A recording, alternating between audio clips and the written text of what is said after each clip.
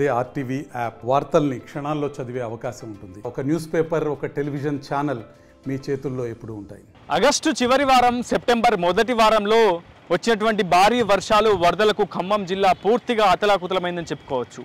మునుపెన్నడీ లేని విధంగా భారీ నష్టాన్నైతే ఈసారి వచ్చినటువంటి వరదలు, వర్షాలు తెచ్చిపెట్టాయి. ప్రాణ నష్టం సహా వందల కోట్ల రూపాయల ఆస్తి నష్టం, వేల ఎకరాల్లో పంట నష్టం ఖమ్మం జిల్లాలో సంభవించింది. ఇప్పటికే రాష్ట్ర ప్రభుత్వం వరద సహాయక చర్యలను ఖమ్మం జిల్లాలో కొనసాగిస్తుంది. ఇంకా పునరావాస కేంద్రాల్లోనే కొన్ని వందల కుటుంబాలు తలదాచుకున్నటువంటి సిచ్యువేషన్ ఉంది. ప్రస్తుతం వరదలు వచ్చి వెళ్ళాక ఇప్పుడిప్పుడే క్రమక్రమంగా ఖమ్మం కోలుకుంటుంది. మున్నేరు వరద ఉధృతి కూడా కాస్త అదుపులోకి వచ్చినటువంటి పరిస్థితి ప్రస్తుతం ఖమ్మంలో నెలకొంది. ఖమ్మం నగరం తీవ్రంగా విలవిలనాడినటువంటి సిచ్యువేషన్ మనం చూసాం. కొన్ని వేల కుటుంబాలు మున్నేరు పరివాహక ప్రాంతంలో ఉన్నటువంటి కుటుంబాలన్నీ కూడా దాదాపుగా నిరాశ్రయులైపోయాయి, నిర్వాసితులుగా మిగిలిపోయినటువంటి దుస్థితి కనిపించింది. ఏ ఇంట చూసినా వరద తర్వాత వచ్చినటువంటి బురద మేటలతో పూర్తిగా కకావికలమైనటువంటి సిచ్యువేషన్ అయితే కనిపించింది. దాదాపు లక్షల్లో ఒక్కో కుటుంబంలో ఆస్తి నష్టం అయితే సంభవించింది. అయితే తాత్కాలిక ఉపశమనం కింద ప్రస్తుతం రాష్ట్ర ప్రభుత్వం ప్రతి కుటుంబానికి 16,500 రూపాయలు ఇవ్వాలని ఇప్పటికే ప్రకటన చేసింది. దానికి సంబంధించినటువంటి ప్రక్రియ ఇప్పటికే ముమ్మరంగా కొనసాగుతుంది. ప్రస్తుతం మా వీడియో జర్నలిస్ట్ నాగేంద్ర బాబు మీకు అసలు ప్రస్తుతం ఉన్నటువంటి సిచ్యువేషన్ చూపించే ప్రయత్నం చేస్తున్నాము. పూర్తి స్థాయిలో ఖమ్మం రౌండప్ని చూపిస్తున్నాము. ఖమ్మం పిక్చర్ ఒక్కసారి మున్నేరు వరద ఉధృతి తర్వాత ప్రస్తుతం ఇప్పుడిప్పుడే కోలుకుంటున్న ఖమ్మం పరిస్థితులు ఏ విధంగా ఉన్నాయి మీకు చాలా క్రిస్టల్ క్లియర్గా ఆర్టీవీ స్క్రీన్పై చూపించే ప్రయత్నం చేస్తున్నాము. ప్రస్తుతం వరుణుడు వెళ్ళి సూర్యుడు వచ్చాడు. పూర్తిగా ఎండ తన ప్రభావం చూపిస్తుంది, సూర్యుడు తన ప్రభావాన్ని చూపిస్తున్నాడు. ప్రస్తుతం మనం చూడవచ్చు దాదాపు ఇదంతా కూడా ప్రస్తుతం మీరు చూసినటువంటి స్క్రీన్పై చూసినటువంటి ఆ విజువల్లో సరిగ్గా వారం రోజుల క్రితం పూర్తిగా జలమయమైనటువంటి దృశ్యాలు, ఎక్కడ చూసినా ఇళ్ళన్నీ మునిగిపోయినటువంటి దృశ్యాలు, ఇళ్ళ డాబాలపైన ప్రజలంతా కూడా కుటుంబాలన్నీ కూడా తలదాచుకున్నటువంటి దృశ్యాలు, ఆ రహదారులపై పడవలు, ఎన్డీఆర్ఎఫ్ బృందాలు నాటు బోట్లతోటి, నాటు పడవలపై, అటు ఎయిర్ బెలూన్కి సంబంధించినటువంటి బోట్లపై సంచరిస్తూ వాళ్ళందరినీ, నిరాశ్రయులందరినీ, నిర్వాసితులందరినీ కూడా అటు సురక్షిత ప్రాంతాలకు చేర్చినటువంటి సందర్భం సరిగ్గా వారం రోజుల క్రితం ఇక్కడ ఆ దృశ్యాలన్నీ కూడా మనం చూసాం. కానీ ప్రస్తుతం ఉన్నటువంటి సిచ్యువేషన్ మీరు చూస్తున్నారు.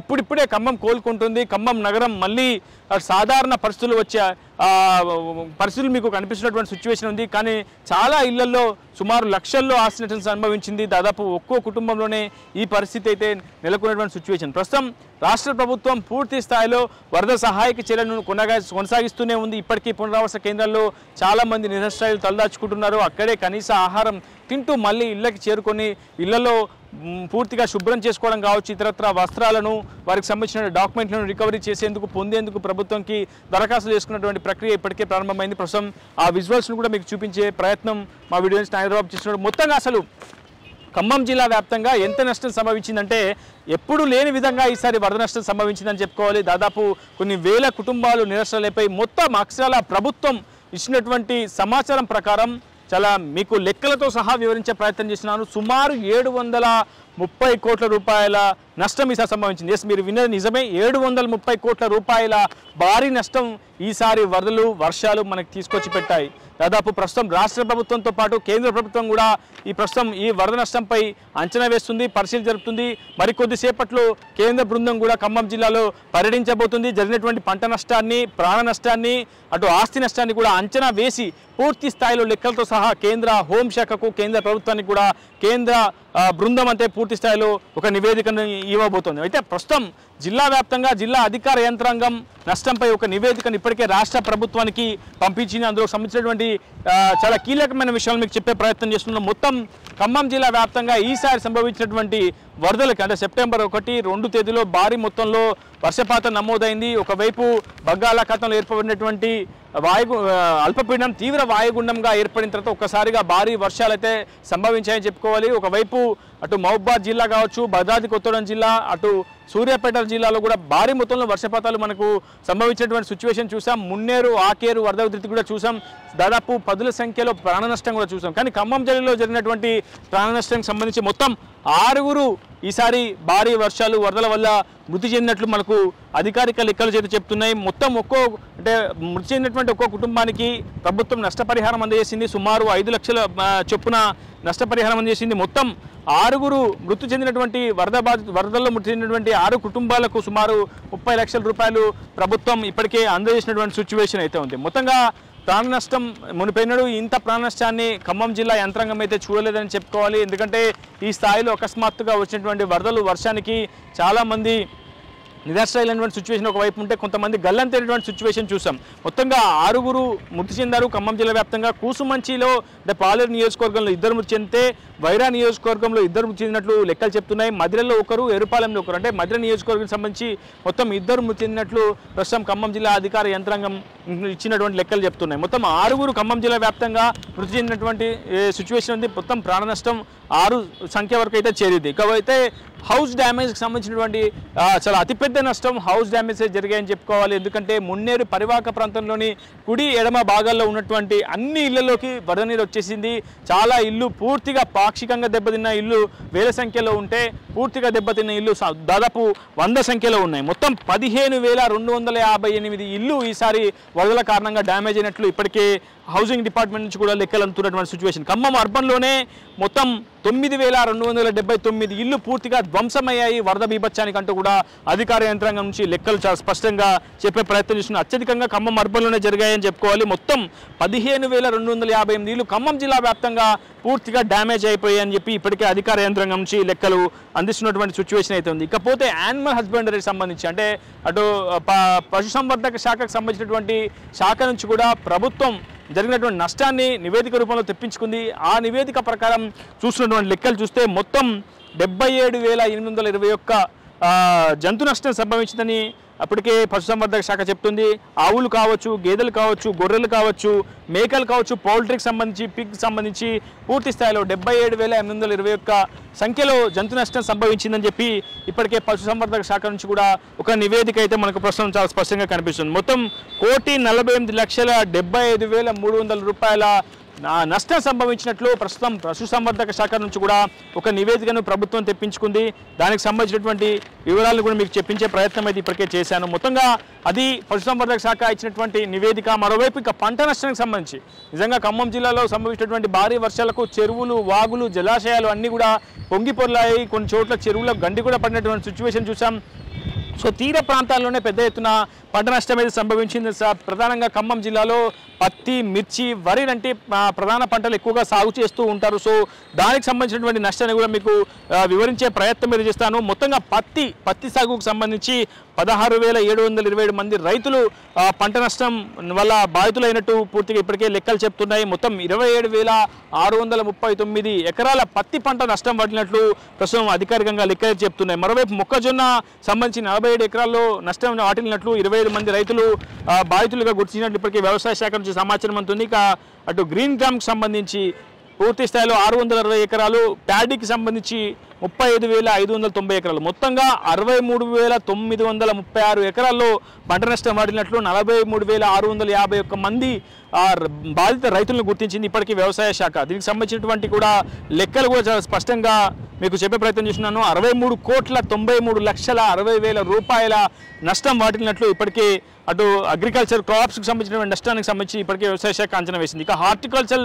క్రాప్స్కి వచ్చేసరికి చిల్లీ, వెజిటేబుల్స్, బనానా, పపాయాకి సంబంధించి మొత్తం 68,345 ఎకరాల్లో పంట నష్టం వాటిల్లిందని 46,374 మంది రైతులు బాధితులుగా గుర్తించినట్లు ఇప్పటికే అటు హార్టికల్చర్ డిపార్ట్మెంట్ కూడా అటు జిల్లా యంత్రాంగానికి నివేదిక అందించింది. దీనికోసం 68,34,50,000 రూపాయలు నష్టం వాటిల్లినట్లు కూడా హార్టికల్చర్ శాఖ జిల్లా యంత్రాంగానికి నివేదిక అందించింది. ఇక ఫిషరీస్ డిపార్ట్మెంట్కి సంబంధించి కూడా పెద్ద ఎత్తున నష్టం వాటిల్లినట్లు కూడా పూర్తి స్థాయిలో అటు మత్స్యశాఖ నుంచి సంబంధించి సమాచారం అందుతుంది. మొత్తం 444 లక్షల రూపాయల నష్టం వాటిల్లిందని ఇప్పటికే ప్రభుత్వం నుంచి నివేదికలు అయితే చెప్తున్నాయి. ఫిషరీస్ డిపార్ట్మెంట్కి సంబంధించి జరిగినటువంటి నష్టాన్ని కూడా మీకు వివరించే ప్రయత్నం అయితే చేశాం. మొత్తంగా 730 కోట్లు, అక్షరాల 730 కోట్ల రూపాయల నష్టం ఖమ్మం జిల్లా వ్యాప్తంగా వాటిల్లింది.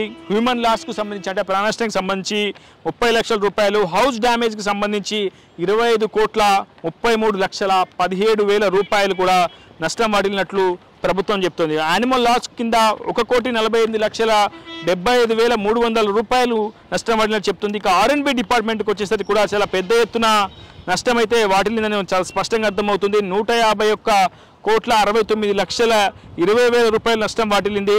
ఇకపోతే పంచాయతీరాజ్ డిపార్ట్మెంట్కి సంబంధించి కూడా పెద్ద ఎత్తున నష్టం వాటిల్లింది. 34,77,65,000 రూపాయలు నష్టం వాటినట్లు పంచాయతీ శాఖ కూడా నివేదిక సమర్పించింది. ఇరిగేషన్ డిపార్ట్మెంట్కి సంబంధించే చాలా అత్యధిక మొత్తంలో నష్టం వాటిల్లింది. ఎందుకంటే అన్ని ప్రభుత్వ శాఖలకు సంబంధించి ఒక్క నీటిపారుదల శాఖనే ఎక్కువగా నష్టాన్ని కోట్ చేసినటువంటి సిచ్యువేషన్ అయితే కనిపిస్తుంది. ఖమ్మం జిల్లా వ్యాప్తంగా అటు 434,7,30,236 రూపాయల నష్టం వాటినట్లు అటు ఇరిగేషన్ డిపార్ట్మెంట్ నుంచి ప్రభుత్వానికి నివేదిక అందింది. ఇక హెల్త్ హాస్పిటల్కి సంబంధించి దాదాపు 30 లక్షల రూపాయలు నష్టం వాటినట్లు ప్రభుత్వానికి నివేదిక వచ్చింది. ఎలక్ట్రిసిటీ డిపార్ట్మెంట్కి సంబంధించి కూడా చాలా పెద్ద ఎత్తున నష్టం అయితే వాటింది. మొత్తం 7,73,00,000 రూపాయల నష్టం వాటినట్లు అటు విద్యుత్ శాఖ నుంచి కూడా ప్రభుత్వానికి నివేదిక వచ్చింది. అగ్రికల్చర్ కింద 68,34,50,000 రూపాయల నష్టం వాటిల్లింది. ఫిషరీస్ కింద 4,44,65,000 రూపాయలు మొత్తం నష్టం వాటింది. మొత్తం 729,68,00,000 రూపాయల నష్టం వాటినట్లు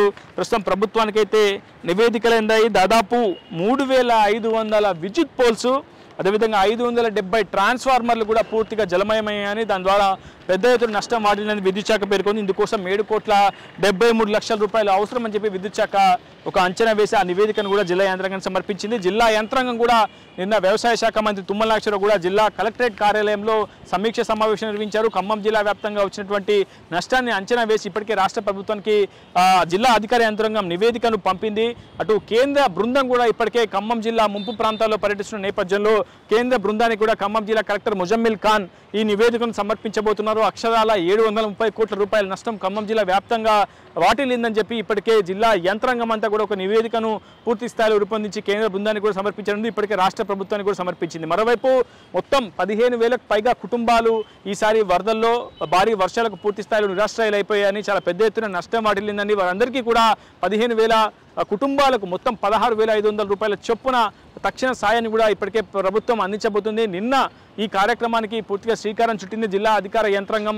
సుమారు 7,000 కుటుంబాలకు 11.5 కోట్లను పూర్తిగా నిన్ననే ఖాతాలో జమ చేసింది. మొత్తం 15,000 వరద బాధిత కుటుంబాలకు మొత్తం 25 కోట్ల రూపాయలు ఇప్పటికే అధికార ప్రభుత్వం అయితే పూర్తి స్థాయిలో వెచ్చించింది. సంబంధించినటువంటి ప్రక్రియ కూడా కొనసాగుతుంది. ఇప్పటికే చాలా వరకు ఖాతాలో నిధులు జమ చేసినట్లు ప్రభుత్వం చెబుతోంది. ఇంకా మిగిలిన అకౌంట్లలో కూడా వరద బాధితులకు జమ చేస్తామని జిల్లా అధికార యంత్రాంగం అయితే చెబుతుంది. ఏదేమైనప్పటికీ పూర్తి స్థాయిలో 730 కోట్ల రూపాయల నష్టం వాటిలంతా ఒక్కసారిగా ఖమ్మం జిల్లా కని విని ఎరుగని వరదలు చూశాయని చెప్పుకోవాలి. ఈ స్థాయి నష్టం మునిపెన్నడూ వాటిలో లేదు.